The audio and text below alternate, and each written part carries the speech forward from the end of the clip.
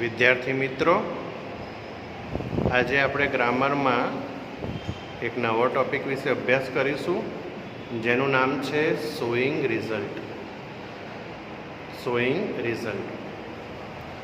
હવે એની ડેફિનેશન જોઈ લઈએ. ગુજરાતીમાં તો કોઈ ઘટનાનું પરિણામ દર્શાવવાનું કે રજૂ કરવાનું હોય ત્યારે આ ફંક્શનનો ઉપયોગ થાય છે. કોઈ ઘટનાનું પરિણામ દર્શાવવાનું હોય કે રજૂ કરવાનું હોય, બરાબર, મતલબ રિઝલ્ટ, કોઈક રિઝલ્ટ કહેવાનું હોય તો આ ફંક્શનનો ઉપયોગ થાય છે, બરાબર. હવે આમાં કયા કયા શબ્દોનો ઉપયોગ થાય છે તો લેંગ્વેજ વર્ડ્સમાં જોઈ લઈએ. દર વખતે આપણે જોઈએ છીએ એ પ્રમાણે કે કયા શબ્દો દ્વારા શોઈંગ રિઝલ્ટ બનશે. તો અહીં આપ્યું છે, જુઓ, ટુ આપ્યું છે, TOO પ્લસ અને .2, ઇનફ ટુ, સો ધેટ અને સચ ધેટ. આ ચાર શબ્દોથી શોઈંગ રિઝલ્ટ બને છે, બરાબર. જો અહીંયા કરેલું છે દરેકમાં, જુઓ, ટુમાં પણ કર્યું છે, ઇનફ ટુમાં પણ કર્યું છે, સો ધેટમાં પણ કર્યું છે અને સચ ધેટમાં પણ કર્યું છે. નો મતલબ એવો થાય છે કે ની જગ્યાએ વિશેષણ આવશે, કોઈ શબ્દ તમારે મૂકવો પડશે, બરાબર, ધ્યાન રાખજો.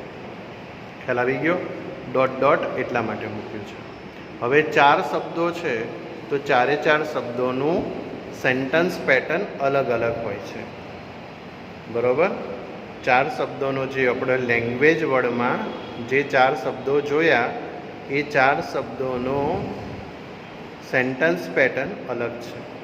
હવે ચારેય શબ્દોનું સેન્ટન્સ પેટર્ન તરફ આગળ વધીએ.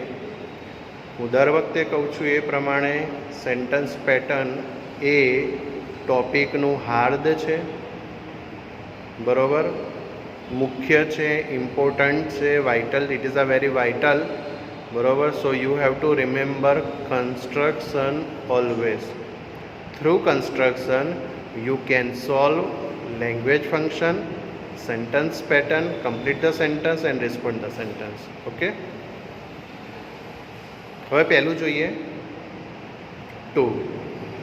તો ટુની અંદર તમે જુઓ, પહેલાં સબ્જેક્ટ આવશે, પ્લસ વર્બ આવશે, પ્લસ ટુ, પ્લસ વિશેષણ, પ્લસ ટુ વાળું વર્બ. મેં તમને કીધું હતું TOO અને TO2 ની વચ્ચે વિશેષણ આવશે. બીજું જુઓ, ઇનફમાં છે સબ્જેક્ટ પ્લસ વર્બ પ્લસ વિશેષણ પ્લસ ઇનફ પ્લસ ટુ વાળું ક્રિયાપદ. હવે જુઓ, TOO વાળામાં કેવું હતું કે ટુ પછી વિશેષણ હતું, જ્યારે આ ઇનફવાળામાં વિશેષણ પછી ઇનફ છે. આ ધ્યાનમાં રાખો, વિશેષણ પછી ઇનફ છે. પછી બંનેમાં તમે જુઓ, ટુ અને ઇનફની અંદર ટુ વાળું ક્રિયાપદ, લાસ્ટમાં જુઓ, છેલ્લું સરખું જ છે, ટુ વાળું ક્રિયાપદ, ટુ વાળું ક્રિયાપદ. હવે સો ધેટનું કન્સ્ટ્રક્શન જુઓ, તેમાં સબ્જેક્ટ પ્લસ વર્બ પ્લસ સો પ્લસ વિશેષણ પ્લસ સબ્જેક્ટ પ્લસ કેન કે કુડ નોટ, મતલબ કેન નોટ કે કુડ નોટ આવશે, પ્લસ વર્બ. ખ્યાલ આવી ગયો? એટલે આપણે જે પેલું લેંગ્વેજ વર્ડમાં જોયું હતું ને, સો ધેટ, તો આમાં પણ જુઓ, સો ધેટ પછી, બરાબર, એ આવશે. આપણા કન્સ્ટ્રક્શનમાં જોયું એ પ્રમાણે સો પ્લસ વિશેષણ plus that plus subject plus can could plus can could not plus verb, બરાબર. એટલે સો ધેટની વચ્ચે વિશેષણ આવશે. જ્યારે સચ ધેટમાં જુઓ, બરાબર, સબ્જેક્ટ પ્લસ વર્બ પ્લસ સચ પછી એ કે એન આર્ટિકલ લખવાનું છે. જુઓ, જ્યારે એ કે એન આર્ટિકલ આપેલો હોય ત્યારે તમારે સમજવાનું કે વાક્ય સચ ધેટવાળું છે. એ કે એન પ્લસ વિશેષણ plus that plus subject plus verb. ખ્યાલ આવી ગયો? આ રીતે એનું આખું કન્સ્ટ્રક્શન બનશે. ખ્યાલ આવી ગયો? હવે એ મુજબના મેં વાક્યો લખેલા છે. અહીંયા આપણે ચાર શબ્દોનો ઉપયોગ થાય છે. ચારે ચાર શબ્દોનો લેંગ્વેજ વર્ડમાં સમાવેશ કર્યો. ચારે ચાર શબ્દોનું સેન્ટન્સ પેટર્ન અલગ છે, બરાબર. તો એ ચારે ચાર શબ્દોનું એક્ઝામ્પલ પણ અલગ છે. હવે જોઈએ એક્ઝામ્પલમાં. જુઓ, પહેલાં ટુવાળું આપણે કન્સ્ટ્રક્શન જોયું હતું ને. જો મેં સિરીઝમાં જ લીધું છે, ટુવાળું કન્સ્ટ્રક્શન લીધું એટલે આપણે મેં ટુવાળું એક્ઝામ્પલ લીધું છે. એ રીતે ઇનફવાળું લીધું તો ઇનફ, સો દેટ અને સચ દેટ તો સચ દેટ. એ રીતના જ મેં સેન્ટેન્સ બનાવ્યા છે. પહેલું ટુવાળું જોઈ લઈએ તો my father is too weak to walk fast. હવે અહીંયા આપણે એક નિયમ યાદ રાખવાનો છે, જે નિયમ મેં લખ્યો નથી પણ તમારે મોઢે યાદ રાખવાનો છે. ટુ જે છે ને એ નેગેટિવમાં છે. ટુ એ નેગેટિવ અર્થ દર્શાવે છે, જ્યારે ઇનફ એ પોઝિટિવ અર્થ દર્શાવે છે. ફરી તમને નિયમ કહી દઉં, ખાસ ધ્યાનમાં રાખજો. આ નિયમ મેં બોર્ડ ઉપર લખ્યો નથી પણ તમારે ધ્યાન દોરું છું. ટુ એ નેગેટિવ બતાવે છે, જ્યારે ઇનફ એ પોઝિટિવ પોઝિટિવ વસ્તુ બતાવે છે. દાખલા તરીકે જો my father is too weak to walk fast, મતલબ મારા ફાધર એટલા બધા નબળા છે કે ચાલી નથી શકતા, બરાબર. ટુ છે એટલા માટે નથી શકતા એવું લેવાનું છે. જ્યારે બીજા વાક્યમાં જો my father is healthy enough to run fast, મારા ફાધર, જો ટુવાળા વાક્યમાં વીક હતું એટલા માટે નેગેટિવ અર્થ પણ આવ્યો.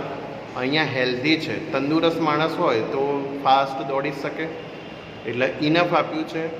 દોડી શકવું મતલબ પોઝિટિવ છે એટલા માટે ઇનફનો ઉપયોગ કર્યો. એટલે my father is healthy enough to run fast, મારા ફાધર તંદુરસ્ત છે તો ઝડપથી દોડી શકે છે.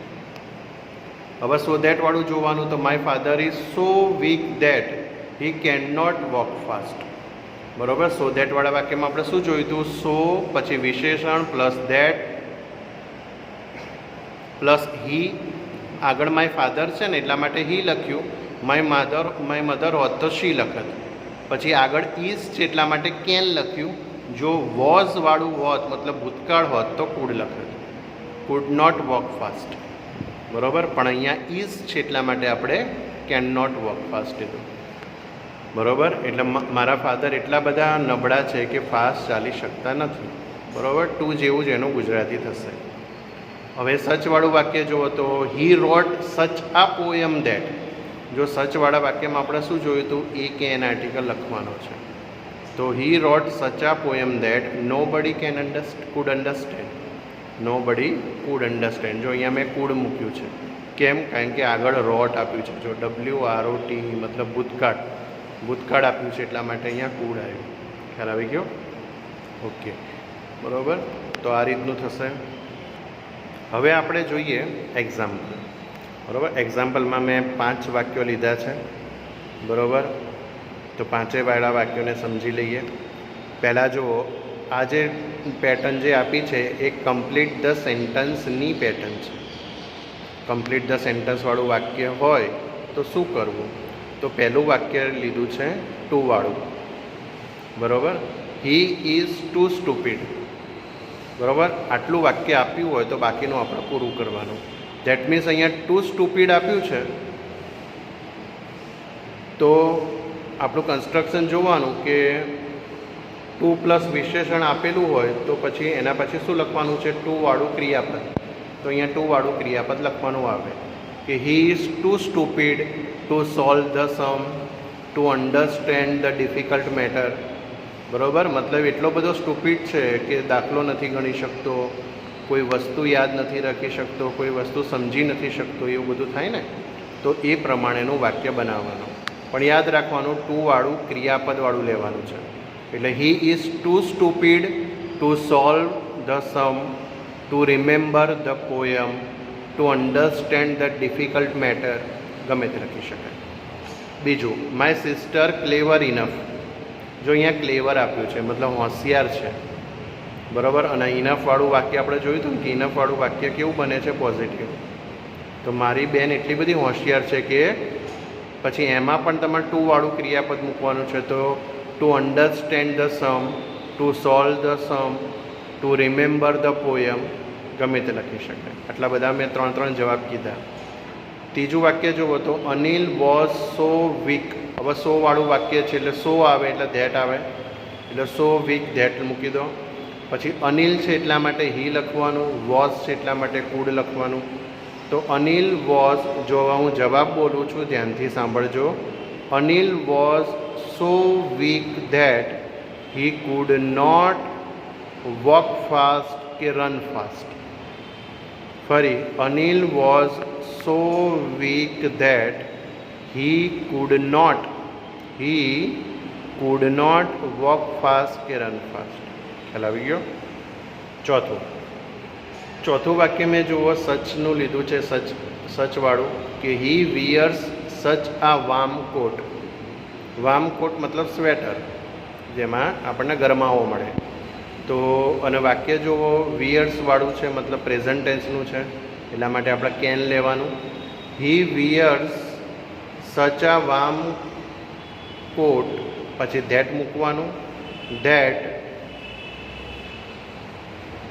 પછી તમારે કરતા મૂકવાનો છે, તો he can not feel cold. He can not feel cold. Cold એટલે ઠંડી, શરદી. એને ગરમ કપડાં પહેર્યા છે તો એને શરદી લાગતી નથી. હી કેન નોટ, જવાબ જુઓ, he can not feel cold આવશે. ખ્યાલ આવી ગયો. પાંચમું, ઇંગ્લિશ ઇઝ ટુ, પછી અંડરલાઈન આપેલી છે, બરાબર. જે આપણે પહેલું વાક્ય હતું ને એક્ઝામ્પલનું, એવું જ વાક્ય છે. સારી, ઇંગ્લિશ ઇઝ ટુ. હવે આપણે શું મૂકવાનું છે? ટુ પછી વિશેષણ મૂકવાનું છે અને એના પછી ટુવાળું ક્રિયાપદ. તો વાક્ય જુઓ, English is too difficult to understand. બરાબર. ટુવાળું આપણે વાક્ય મેં તમને કીધું હતું ને નિયમમાં, કે ટુ એ નેગેટિવમાં બને. બરાબર, ટુનો અર્થ નેગેટિવ થાય. તો English is too difficult to understand. આ રીતે એનો જવાબ રહેશે. બરાબર. મેં તમને બધાના જવાબ કહી દીધા, એ રીતે તમે નોટમાં લખી નાખજો તો તમને વધારે આઈડિયા આવશે. અને આ 5 વાક્યો મેં એક્ઝામ્પલ માટે આપ્યા છે, તો બીજા 5 વાક્યો તમારે નીચે નોટબુકમાં, ગ્રામરની નોટબુકમાં લખવાના રહેશે. ખ્યાલ આવી ગયો. હવે જો આખો જે ટૉપિક જે છે એ તમારે ગ્રામરની નોટબુકમાં ઉતારવાનો છે. બરાબર. આખો મેં વ્યવસ્થિત રીતે તમને અહીંયા નોટિસ બોર્ડ બરાબર બ્લેકબોર્ડ ઉપર તમને સમજાયું છે. બરાબર, આખો જોઈ લો તમારે. ખ્યાલ આવી ગયો. આટલા સુધીનો આખો ટૉપિક રહેશે. બરાબર. એટલે ધ્યાનથી ગ્રામરની નોટબુકમાં આખો જે ટૉપિક છે લખવાનો છે. સાથે સાથે તમારે બીજા 5 ઉદાહરણ એક્ઝામ્પલ્સ જે આપેલા છે, બરાબર, એક્સરસાઇઝ માટેના, એ તમારે લખવાના છે. ખ્યાલ આવી ગયો. આટલે સુધી રાખીએ. નેક્સ્ટ વિડીયોમાં નવા ટૉપિક સાથે મળીશું.